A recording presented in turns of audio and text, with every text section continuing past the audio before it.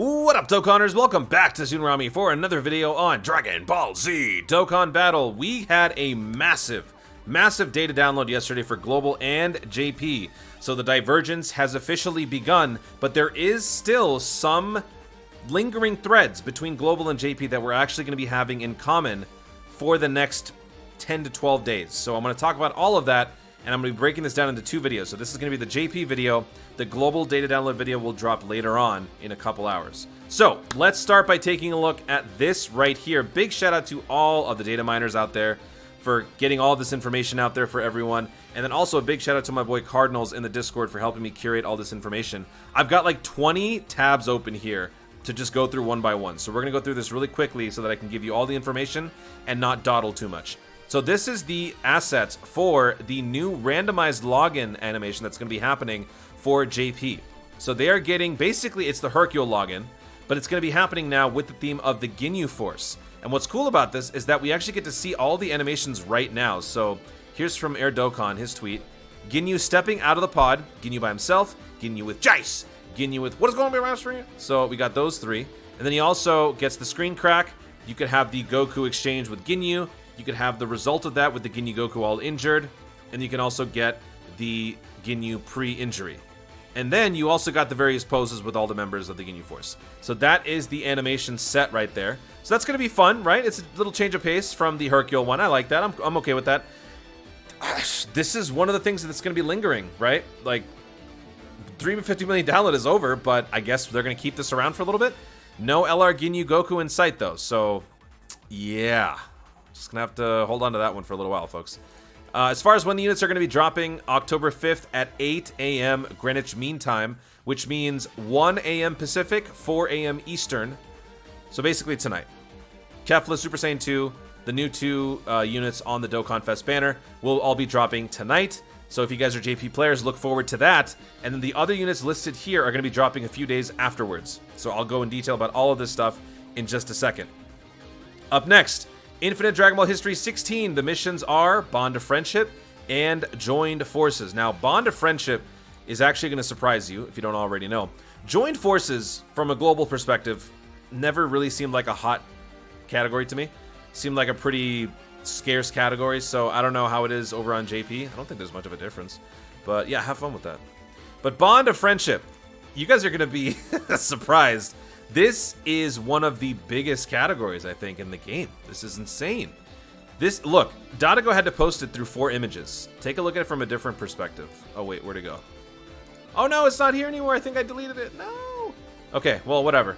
Let's take a look at this right here. So, Bond of Friendship is basically consisting of every character who had a best friend. And once they're that best friend, they're always that best friend, is basically the point. So, Kale and Kefla will always be best friends, so every single iteration is going to be here. We've got from GT, which means the GT gang is all here. We've got Kid Trunks, which means Kid Goten is going to be here. We've got Krillin, which means Goku's going to be here. We've got Ader from Dragon Ball, because he was, you know, Goku's best friend. We've got Broly and young Broly, which is also nice. The older Broly, and then Broly and Ba, which is cute. Hercule and Boo. You got Tien, Chaozu, and Yamcha, which is also nice. And yeah, every iteration of Goku, basically. Like, so this is kind of like the Turtle School situation, right? Once a part of Turtle School, always a part of Turtle School. So basically, the Turtle School category is Goku. And this is just another Goku. So with the KFC, or the, sorry, I'm so used to saying that. With the Kale and Kefla Dokkanfest coming out, leading Bond of Friendship with all stats plus 170, imagine running all Gokus at all stats plus 170. Imagine running Ultra Instinct Goku. Imagine running Super Saiyan 4 Goku. Imagine running Super Saiyan 3. All these different LRs at 170% across the board, dude. A what? That's crazy. So yeah, that's gonna be a fun category. I still think it's stupid because it's a Yu-Gi-Oh type category, like Bond of Friendship. I just wasn't expecting that in Dokkan. So it's still kind of funny to me, but the category itself is pretty beefy. Now, this is probably the most important image that any Dokkan player wants to know about right now, and that is 30 Dragon Stones. From October 4th until October 15th, every player on JP will be getting 30 Dragon Stones when they do this event every single day. Global will be getting it too, so don't freak out, Global people who are watching. I will explain in the Global video Global is also being taken care of. Don't worry about that. But JP will be getting 30 Dragon Stones daily for the Bulma thing. I guess they just decided, you know what? It's best not to ruffle any feathers. We made a promise. We're going to go through with it. I think they were anticipating bots really to do most of the damage, and it didn't happen. So shout out to all of you in the Dokkan community for not botting and ruining this whole thing. Instead, we're actually all going to be getting 3 times the amount of stones basically on a daily basis until the 15th of October. So yeah, you are getting it. JP, Global, you are getting it too. Don't worry. Now, let's go through some Easies that are coming up. Kefla Super Saiyan 2 already been announced. Already talked about this on the last video. But I do want to point out something that I heard through the grapevine. This is apparently not going to be the main Easy. There could be another one on the way or something like that, because this is a side Easy. So, I don't know what that means. Maybe there's something in part 2 coming up. But this is like one of those sub-Easies where you don't use medals from its own unique event. You use medals from other pre-existing Easies. So, with that said, what could the main Easy be? But yeah, I already did information breakdown on this before, so go check that out. I'll link it in the description. It was part of my reaction to the new Dokkanfest Super Attack animations. But let's talk about some other Easies that are going to be dropping as well. So we've got the Easy area for Universe 6, which means this will be slowly updated over time. We're going to be getting a lot more Universe 6 Easies over time, I think, and that's going to be pretty awesome because I do love me some Universe Survival Saga, and Universe 6 is a big part of that. As you can see here, we are getting Cabba, Kale, and Kefla for the first 3 Easies, so let's take a look at them right now. Cabba. Massive, massive change. I'm going to have to recalibrate. So now here's where global players need to also pay attention, because you guys have a lot more time than JP does to recalibrate and ready up for whenever this drops on global, which will not be for a little while. So if you don't have these units, you can go farm them out, rainbow them, get your SA5 dupes, get all the medals that you need, get all the copies that you need to recalibrate units if you already spent the orbs like I did. You have plenty of time. This is how you Dokkan responsibly. This is the global prep. For those of you on JP who are watching this, hopefully you have enough time to get all this stuff ready to go. Maybe you already did it. So Cabba, with the new Easy Bond of Master and Disciple, Key plus 377% lead, raises defense for 1 turn, causes supreme damage, and raises allies' defense by 30% for 1 turn. Passive attack and defense plus 120 when performing a super attack, chance to perform a critical hit plus 7% up to 49% per Universe Survival Saga category ally on the team, plus an additional attack plus 70 when there's another Pure Saiyans category ally attacking in the same turn. So yeah, this guy just got a lot better. So much so that I straight up have to completely reshape how I built this guy. I think I gave him all critical because I just didn't feel like the 50% was enough for a critical, and I just wanted him to hit as hard as possible. I don't know. I don't even know what I did. But I do know that I have to reshape this guy, so that's going to take me some time. But I got plenty of time, so global players, rejoice. You got plenty of time to work on this. Now, up next, we got Kale. Kale, full power category key plus 377%. This is nice. I'm actually really happy about this because we don't have many full power leads. We have Broly, Super Saiyan 4, and we have LR full power Frieza. So we don't actually have many full power leads, and we don't have a single free-to-play one. So this is good. Raises attack for 1 turn, causes supreme damage, and lowers defense. That's her super attack, which is a big change because the thing about this unit was she was all about support. She had no real base passive or any sort of meat to, you know, actually strike opponents with. Now she has it because she can actually raise attack for 1 turn and do some damage. Base passive attack and defense plus 120, very nice when performing a super attack. Universe Survival Saga category allies key plus 2 attack and defense plus 30%. Defense plus 70 when there's an ally whose name includes Kefla on the team.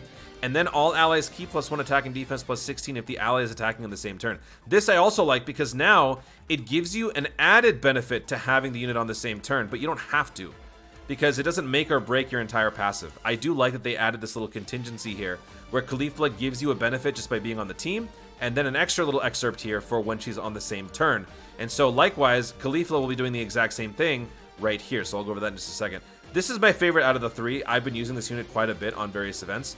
She becomes a rapid growth free-to-play sub-lead. Love it. Key plus 377%. Raises or causes supreme damage to the enemy. Raises defense by 30% for 3 turns as opposed to 1 turn before. Attack and defense plus 30 up to 160.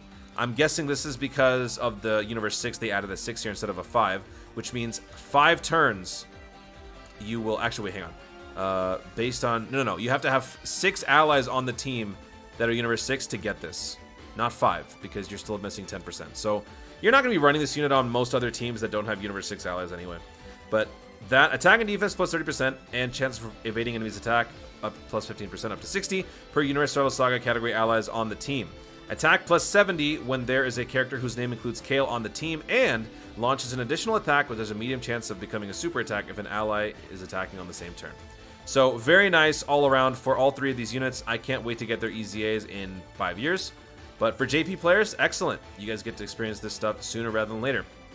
So yeah, looking at the fact that this is going to be an easy area, let me know in the comments what you think some of the next units are going to be from Universe 6, since, well, we don't have too many free-to-play ones. Well, we actually, no, we do have Vados. Vados would probably be the one to get it. And then after that, I don't know if there's any other free-to-play Universe 6 unit here. Yeah, Vados would be the only one. But if Vados is going to get it, then that would mean that probably Champa would have to get a TUR. And maybe this guy would get a TUR too. Hito, which would be nice. I would really like Botomageddas to get Awakenings, because these are some of the more hardcore Dokkan-friendly units, especially the physical one. Because if you can run dual physical Botomageddas, you can do a reverse run on certain events. When I say reverse, I mean you're not exactly like getting leader stats, you're more like tanking the damage, and you're kind of beating the event on your own unit's merits, which is a very lengthy process, but pretty hardcore for hardcore players. So I really hope that they continue to push Universe 6, like Saunel, Purina, Hito, Champa, all these guys. Looking forward to that. So let me know in the comments which ones you guys want to see next for the easy area. And then which one do you think will be the main EZA for Universe 6 whenever that happens? My money's on Tech Hito. Alright, let's move on. Now, as you saw early on in this image here, there were a couple other guys. We got Tien, we had Hito, and then we also had Harry Nappa. Yep, Harry Nappa is joining...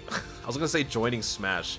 Yeah, y'all need to know, I got some Kingdom Hearts news on the brain right now. There's a big Smash reveal happening, and I'm still thinking about it.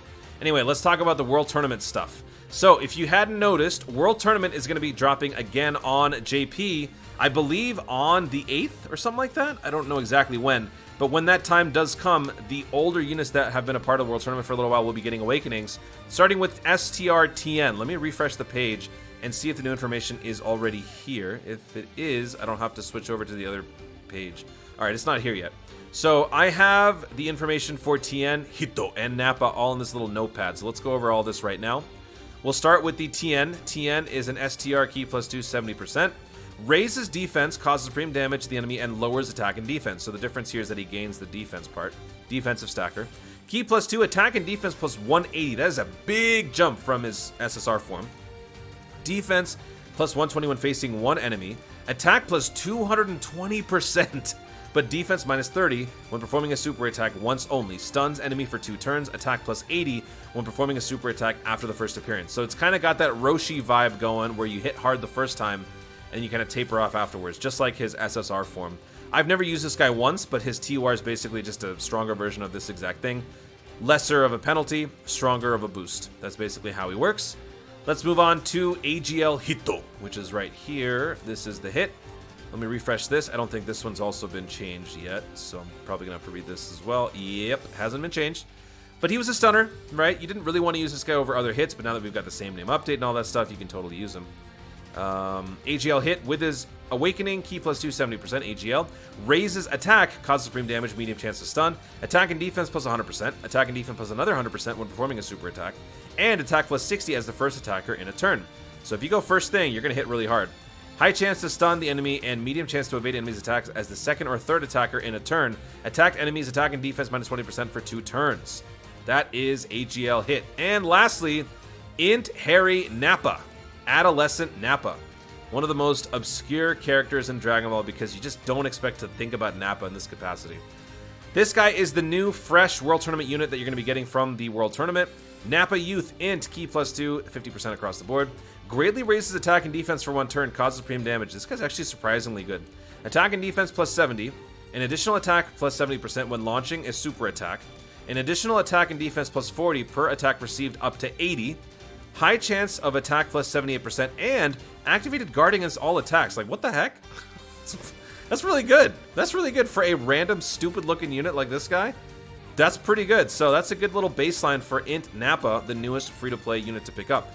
And the very last piece of news for JP, you're going to be getting one more copy of the LR Shadow Dragons in the Battlefield shop. So that is everything that happened on JP as far as the data download is concerned. Once again, the units will be dropping tonight for you guys, so hopefully you guys enjoy your summons, and good luck to all of you. And if you don't summon, you have a very nice Kefla waiting at home for you. Don't worry about summoning on the Dokkanfest. You've got a nice Super Saiyan 2 physical waiting right here, and all of these nice Easies coming up as well.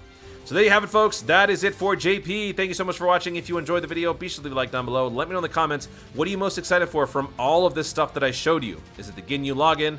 Is it the physical Kefla Super Saiyan 2? Is it maybe the 3 Saiyans free to play? Universe 6? Let me know. And also, let me know if I missed anything else in the comments down below. Also, be sure to subscribe for more Dokkan content in the future. And click the notification bell so that you let YouTube know you want to see more of my stuff. Do it. Thanks again. Stay tuned. And always remember to Dokkan responsibly.